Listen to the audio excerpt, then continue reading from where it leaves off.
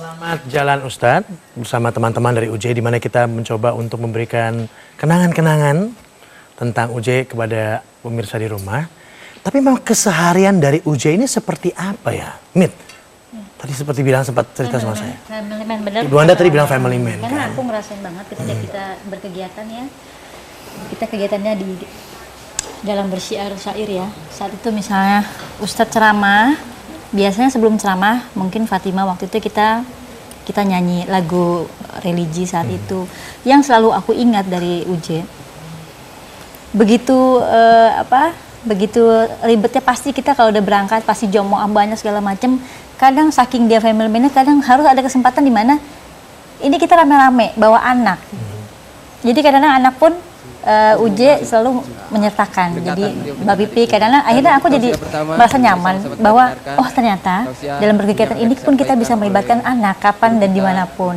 Dan aku merasa nyambung, oh ya sometimes aku juga bisa bawa anakku seperti itu. Jadi kadang-kadang kita bisa satu mobil rame-rame, itu anakku, anaknya Mbak Pipi, kita semua rame-rame. Jadi disitulah menandakan aku melihat rasanya nyaman kalau sama mereka ini, sama UJ itu. Dia support bahwa aku ini seorang ibu, anakku juga banyak, jadi sampai kita berkegiatan tapi tetap mengutamakan anak juga gitu. Iya. So, yang kita sedang lihat di layar televisi, ya, sedang berlangsung tahlilan di kediaman UJ pada saat ini, dan direncanakan akan digelar sampai 40 hari. Kita lihat juga tadi di Madura tadi ya, bahwa saking kehilangannya masyarakat sana, mereka menggelar tahlilan selama sepekan, bahkan mereka juga melakukan sholat gaib untuk menghormati UJ. Dan saya juga melihat UJ ini satu sosok yang tadi dibilang dari Ustadz muda, yang dia dalam tanda petik tidak pernah malu untuk bercerita latar belakangnya bahkan. Yang kadang-kadang kita teman-temannya pun kalau tahu karena dekat keseharian misalnya gitu, kalau ada teman nanya sekedar sekedar kita jawab aja, tapi tanpa kita duga, tanpa dinyana apa gimana, malah dia sendiri yang membuka bahwa ini loh background gue dulu begini dan gue sekarang sudah lebih baik begini, masa kalian nggak bisa? Ya yang bukan aib gitu. Salah satu inspirasi makanya buat kita yang untuk berhijrah gitu. Betul. Ya. Jadi sekarang atau tidak sama sekali? Iya, sekarang tidak sama sekali, dan dia selalu menyampaikan nggak jaim gitu ya. Kan banyak yang demi sekarang dengan banyak yang mungkin dengan sorban ya, dengan segala macam, tapi justru malah seolah jaga ada jarak, ada gap, malah jaim gitu. Kalau dia sih cuek aja zaman gitu. jahiliyah dia nyebutnya selalu. Iya begitu. Tapi kalian merasa ada yang hilang nggak nih? Enggak. Atau memang masih tetap kelihatannya ada-ada aja gitu kelihatannya? Sangat kehilangan ya. Maksud saya gini, mungkin memang secara physically memang sudah tidak bersama kita ya. Tapi apa yang dia tinggalkan sama kita kan sangat membekas. Nah, gimana Wan? Ya nggak ada lagi sih sosok seperti UJ ya, karena ya itu tadi, dia pertama nggak menggurui dan kedua nggak pernah menjudge orang gitu. Karena ya mungkin dia merasa dirinya juga jauh dari sempurna. Dia selalu, saya belum apa-apa, saya belum ngapa-ngapain, saya terlalu jangan dibesar-besarkan gitu, jangan diagung-agungkan gitu. Justru itu yang membuat kita UJ aja insya Allah, alhamdulillah sudah mendapatkan hidayah dari Allah, dan jadi kayaknya tuh kita ada harapan gitu ya, melihat UJ berceramah, melihat pengalaman kehidupannya, kemudian melihat dia berdiri di detik sekarang ini. Wah, Allah kalau kasih hidayah, terpuruk apapun kita, ketika Allah kasih hidayah, insya Allah semua akan baik-baik aja gitu. Dan ya, buktinya ada kan, kita lihat secara otentik kan. Dan UJ mengajar, kalau yang saya ingat ya udah itu tadi, ikhlas, serahkan semuanya kepada Allah. Dan mungkin dengan dia memberikan saya stopwatch untuk zikir itu, jangan kosong Wan gitu. Jadi isi selalu waktu kita untuk mengingat Allah. Ada di rumah, ada di rumah. Mungkin kalau dinilai materinya nggak seberapa harganya, cuma 5 real gitu, tapi dia merasa bahwa kenangan indah secara tidak langsung kamu zikir gitu untuk mengisi kekosongan. Sepertinya kayak apa yang dia pernah berikan kepada kita ini, sepertinya seolah-olah tuh kayak benar-benar yang kebutuhan yang benar-benar itu saat itu lo urgent banget tuh butuh itu yang ngerasakan. Mungkin kayak yang Wanda rasain, lo tuh sebetulnya butuh ini gitu loh, butuh alat zikir itu tadi. ketika aku yang terjadi di banget kalau itu kan. Ketika di Masjid Kuba saat itu kan, apa yang aku butuhkan? Pasti saat itu aku uang, aku nggak punya apa-apa sama sekali ketika kecurian itu. Jadi selalu batinnya tuh kenceng banget. Jadi dia paham, lu butuhnya ini, lu butuhnya ini. Jadi seperti yang dia sampaikan kita tuh ya sesuai dengan apa itu kita urgennya apa. perlukan. Seperti yang udah disampaikan juga gitu. Mungkin itu juga yang pernah terjadi sama sahabat-sahabat yang lain yang pernah beliau beri sesuatu. Riko, apa yang diberikan dalam tanda kutip UJ pada Riko sendiri? Saya masih ingat juga. Riko masih cari jodoh terus soalnya kan. Sampai sekarang. Waktu ada sahabat kami gitu ya, Agus Idwar waktu itu menikah. Waktu itu sama Edis ya. MC sama aku ya. Iya, gitu ya. Uji juga datang, ada semuanya lah Bang itu. Dia selalu bimbing saya, katanya, dengan dunia kita katanya. Sekarang banyak hati-hati nggak cowok nggak cewek, misalnya cewek aja ya. Lu carinya jangan yang tampilan luar doang kelihatan cakep. Sekarang banyak yang kayak gitu. Ini kasarnya nih, hatinya iblis. Bahkan yang orang berkepala dua tuh banyak. Sekarang yakinin hatinya dulu cantik, syukur-syukur luarnya juga cakep, syukur-syukur. Satu paket lah ya. Katanya. Tapi kalau bisa dia suka inget dia bilang gini. Hati boleh otak paling itu tuh maju, cakep, pintar seperti Pak Habibie. Kalau bisa hatinya seperti Siti Khadijah. Itu UJ selalu bilang. Kita tadi sempat dengarkan di sana sedang berlangsung ada ceramah yang diberikan. Kita dengarkan sama-sama ya. Itu yang di lemari ada cincin dari Kiai Mangli. Tolong kasih UJ. Pilih yang dia mau yang mana. Berapa aja dia mau ambil silahkan. Lalu dikatakan berapa biji, Beb? Terserah ente mau ambil berapa biji. Diambil yang ia suka sesuai dengan pilihannya. Lalu kembali didoakan lagi, minta doa lagi Habib Hussein. Lalu keluar dari rumah, dipanggil lagi, belum naik mobil, dipanggil lagi, Uce ke sini, Uce ke sini. Lalu dikatakan diselendangkan sorban yang warna biru.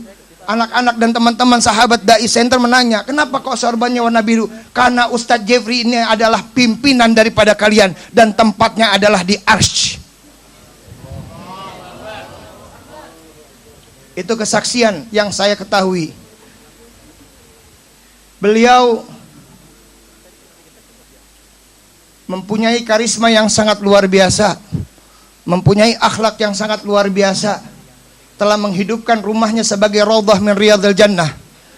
Tidak ada satu ustadz kecuali dimuliakan, tidak ada satu umat kecuali dimuliakan, tidak ada orang kaya dimuliakan, tidak ada orang miskin dimuliakan.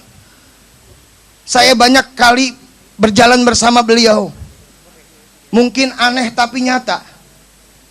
Ketika kita datang ke satu pesantren atau ke satu tempat, orang yang pertama kali mengeluarkan uangnya untuk menyumbang di tempat tersebut adalah Ustadz Jeffrey Al-Bukhari.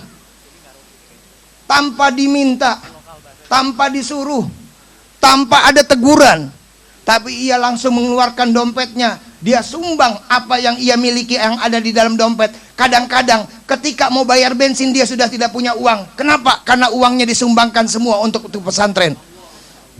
Itu Ustadz Jeffrey Al-Bukhari daripada kehidupannya sehari-hari. Nah, tinggal kita hadirin rahimakumullah. Ini adalah satu ibrah bagi kita perjalanan. Bahwa usia kapan saja bisa datang.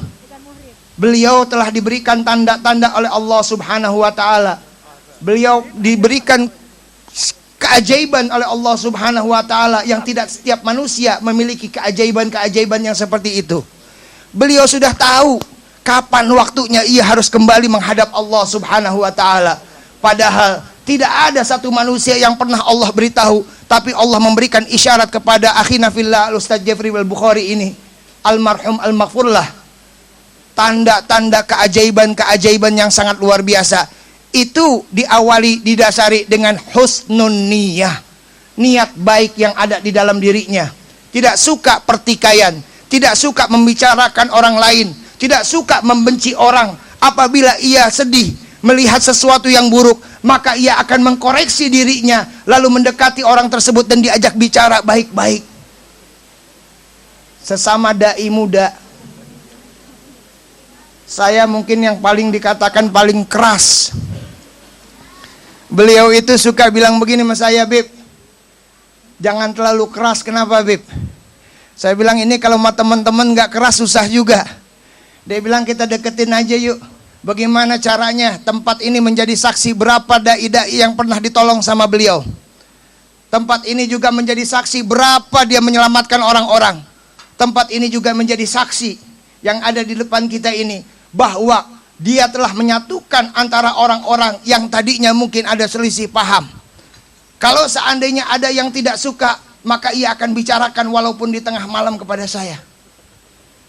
Pada akhir hayatnya ayahanda, saya ingin berangkat ke Banjarmasin.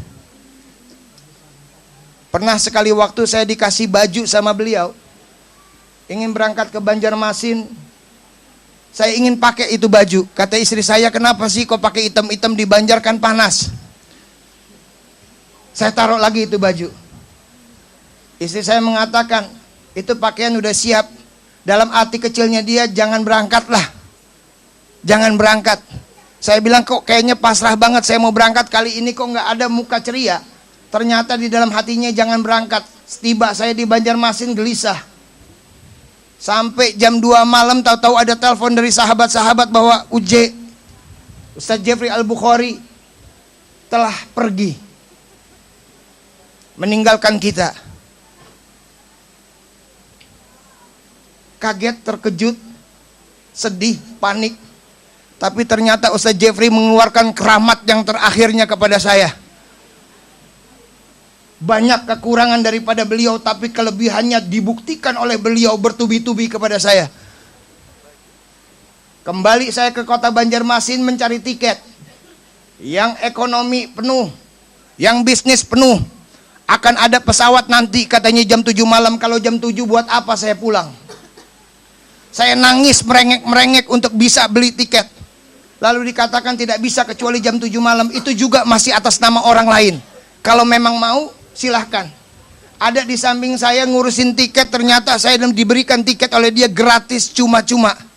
Tapi dikatakan, engkau mau nyolatin Ustadz Jeffrey? Iya, ini tiket saya engkau pakai, tapi tujuannya ke Bandung. Terkejut saya. Berapa harga tiketnya? Dikatakan gratis untuk Anda. Cepat, buruan, pergi ke Bandung. Pesawat sudah mau tutup, Pak.